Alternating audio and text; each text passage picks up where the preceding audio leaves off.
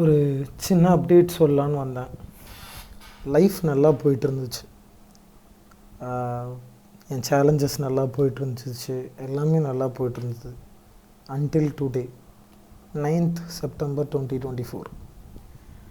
அதாவது செப்டம்பர் 5 2024 கோட்டுன்னு ஒரு படம் ரிலீஸ் ஆகுது.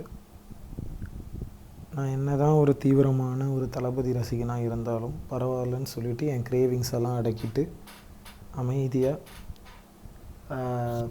5, 6, 7, 8 4 நாள் எந்த ரிவ்யூவும் பார்க்காம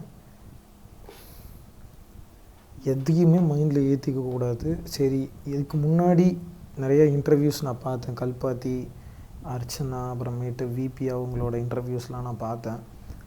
சரி, பார்த்துட்டு அவங்களுமே ஓரளவுக்கு ரொம்பலாம் பில்டப் பண்ணல. சரி, அமைதியாக நானும் போய் பார்ப்போன்னு பார்த்தேன். I was depressed actually. I don't know, நான் என்ன சொல்கிறதுன்னு எனக்கு தெரியல. நான் வீட்டில் வந்து எங்கள் அம்மாட்ட புலம்பிகிட்டு இருந்தேன். ஏன் என் தலைவனை வச்சு இந்த மாதிரி மொக்க படம் கொடுக்குறாங்க, எனக்கு புரியல அப்படின்னு சொல்லி புலம்பிகிட்டு இருந்தேன்.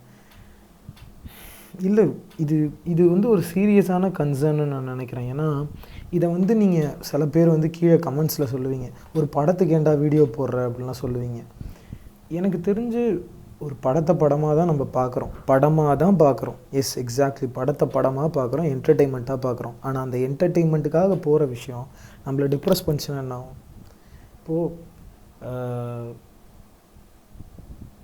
நான் வந்து ஓப்பனாகவே சொல்லணும் அப்படின்னா, நான் படத்துக்கு தேட்டருக்குன்னு செலவு பண்ண ரெடியாக இருக்கேன்னா அது உண்மையாலே ஃபஸ்ட்டு ப்ரியாரிட்டியாக இருக்குன்னா விஜய் படத்துக்காக. அதாவது என்னோட தலைவனோட படத்துக்காக. எல்லாருக்கும் ஒவ்வொரு ஃபேன், ஒரு ஃபாலோவர் ஆக்டர் இருப்பாங்க. அதே மாதிரி எனக்கு பார்த்திங்கன்னா விஜய், ரைட்? ஸோ அவருக்கு தான் ஃபஸ்ட்டு நான் செலவு பண்ணணுன்னு ரெடியாக இருக்கிறேன். ஆனால் இத்தனை நாள் தேட்டரில் பார்க்காம போய் பார்க்குற படம் உண்மையாலே ஒரு லெவல் ஆஃப் ஒரு படமாக நம்மளுக்கு ஃபீல் ஆகணும்ல. அப்படி ஃபீல் ஆகலைங்க எனக்கு. சீரியஸாக எப்படி சொல்கிறதுனா, ஒரு கனெக்ட் இல்லை. ஜீவன் ஒரு கேரக்டர் காட்டுறானுங்க, ஒரு கனெக்ட் இல்லை.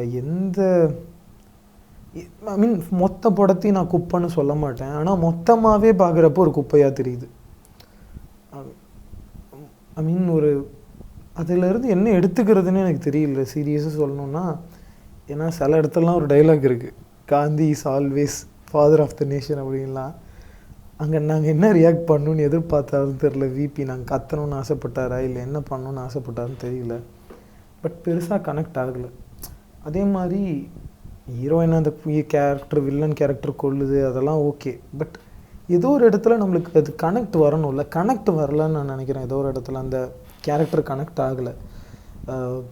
ப்ளஸ் நான் ஏன் டிப்ரெஷன்னு சொன்னேன்னா, நீ இன்றைக்கி ஒன்றும் இல்லை, போஸ்ட் ரிலீஸ் இன்டர்வியூலாம் கொடுத்துட்ருக்காரு விபி, அதெல்லாம் போய் பாருங்களேன். எல்லா இன்டர்வியூலையும் ஒன்று மட்டும் இந்த நிறையா டேரக்டர்ஸ் இதை திருப்பி சொல்கிறாங்க. எனக்கு ஏன் இதை சொல்கிறாங்கன்னு புரியல. அதாவது இந்த ஆக்டர்னால் இவருக்கு இந்த மாதிரி தான் கமர்ஷியலாக மசாலா படமாக எடுக்கணுன்றாங்க.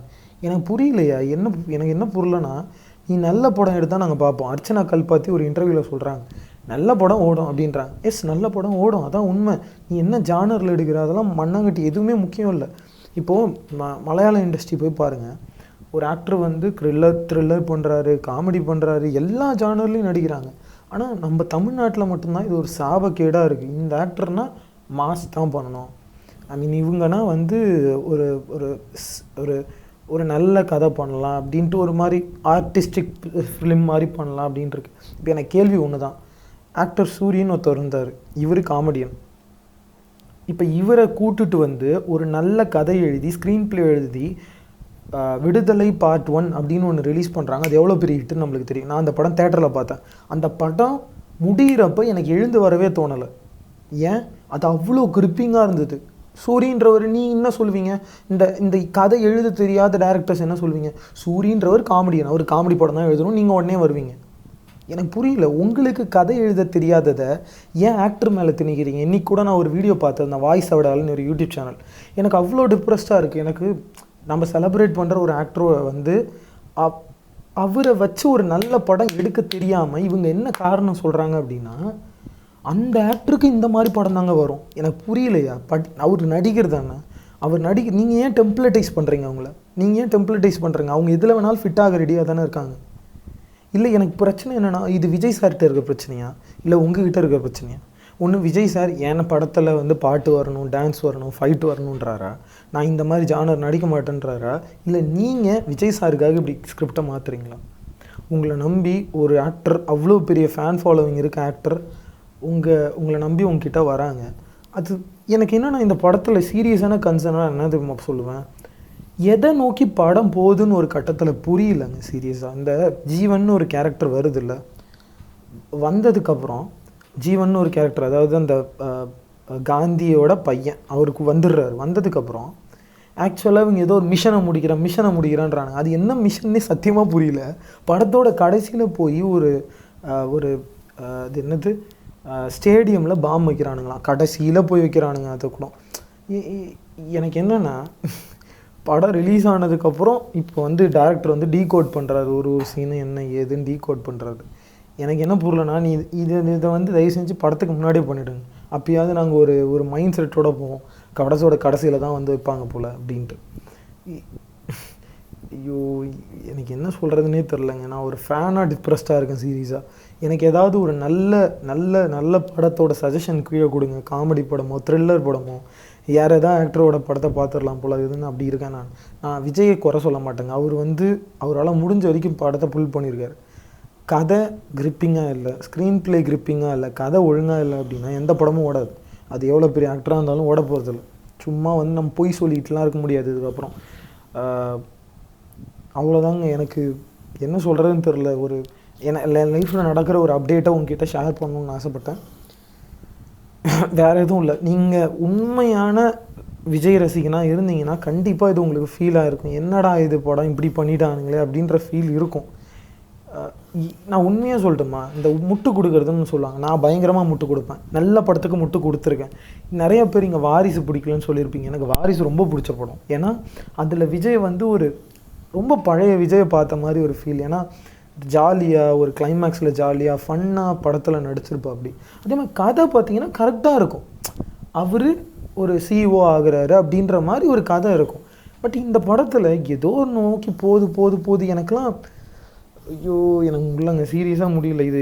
இதுக்கு என்ன ரிப்ளை கமெண்ட்ஸ் வரப்போகுதுலாம் எனக்கு தெரியல. பட் என்னோடய குமுறலாம் நான் சொல்லியிருக்கேன். இது என்னோடய ஒப்பீனியன் மட்டும்தான், ஏன் ரேண்ட் மட்டும்தான். ஸோ மேபி இதை நான் முன்னாடியே சொல்லியிருக்கணும். ஒருவேளை நான் சொல்லியிருந்தேன்னா கூட நீங்கள் யாரும் இன்ஃப்ளூயன்ஸ் ஆகாதீங்க. உங்களுக்கு படம் பார்க்கணுன்னா தாராளமாக பாருங்கள். அப்புறம் நான் சொல்கிறதுனால மட்டும் விஜயோட படம் நல்லா ஓடாமலாம் இருக்க போகிறது இல்லை. அண்ட் அவர் படம் நான் ஓடணுன்னு தான் நினைப்பேன். ஏன்னா நான் அவரோட ஜென்யூன் ஃபேன். எனக்கு இருக்க ஒரே ஒரு வருத்தம், அவ்வளோ பெரிய ஃபேன் ஃபாலோயிங். இன்றைக்கி நான் சத்தியம் பண்ணி சொல்கிறேன், எனக்கு பிஸ்னஸ் பற்றி தெரியும். ஓகே, தமிழ்நாட்டில் இருக்க இப்போ ஒன்றும் இல்லை, நான் லைவாக உங்களுக்கு செக் பண்ணுறேன், கவனிங்க.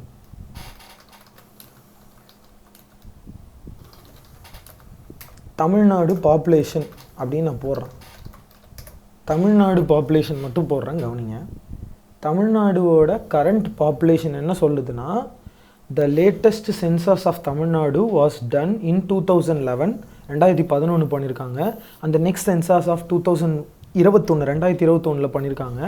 த current estimated population is approximately 8.39 crores.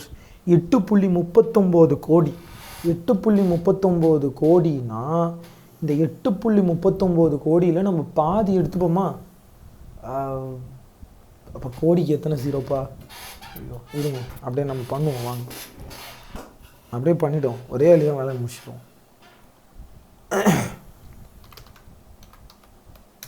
க்ரோர்ஸ்க்கு வந்து எத்தனை ஜீரோ?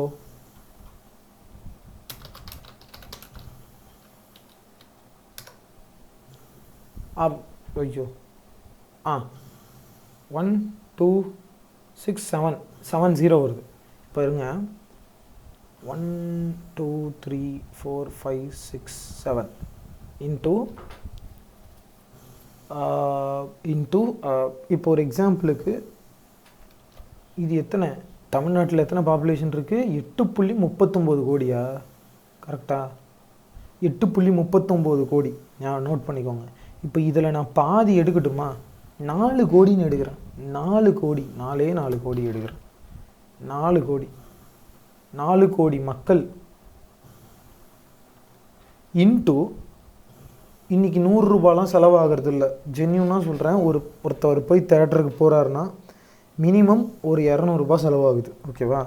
நான் டிக்கெட் சார்ஜ் மட்டும் வச்சுப்போம், ஒரு 150 ரூபா வச்சுக்கலாமா, 150 ரூபா வச்சுப்போம். ஆன்லைன்லாம் புக் பண்ணால் கண்டிப்பாக 150 ரூபா ஆகும். ஓகே, நான் போட்டேன்னா எவ்வளோ கோடிங்க வருது பாருங்களேன், எவ்வளோ கோடி வருது பாருங்கள், 600 கோடிங்க, 600 கோடிங்க. இப்போ 600 நான் தப்பாக இப்போ சொல்லியே, தப்பாக சொல்கிறக்கூடாது, 600 கோடிங்க, 600 கோடிங்க, நான் கரெக்டாக சொல்கிறேன்னு நினைக்கிறேன். 4 கோடி இன்ட்டு 150 ரூபான்னு போட்டால் 600 கோடி.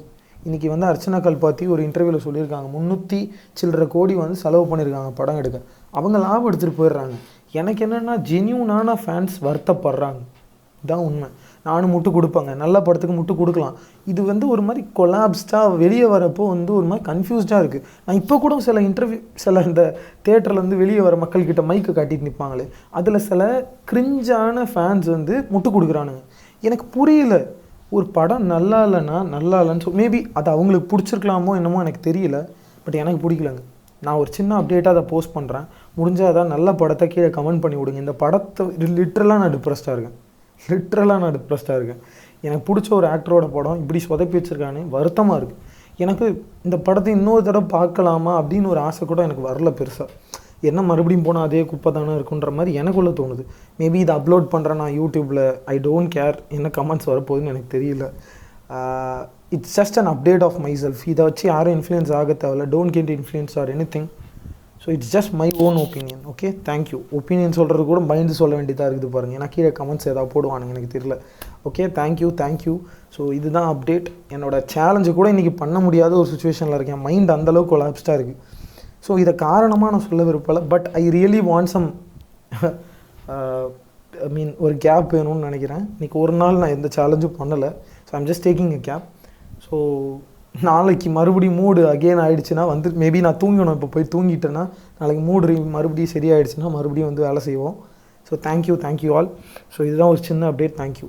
This is my rant of code. Thank you.